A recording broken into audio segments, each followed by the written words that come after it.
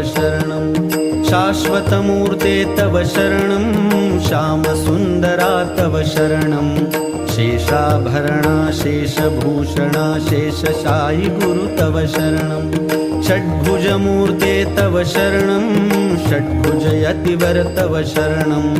दण्डकमण्डलु गदा पद्म शङ्ख चक्रधर तव शरणं करुणानिधे तव शरणं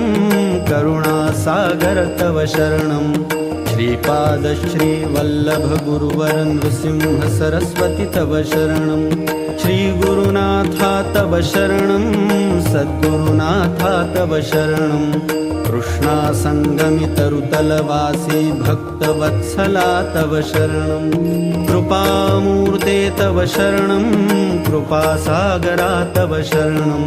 कृपाकटाक्षा कृपावलोकन कृपानिधे प्रभु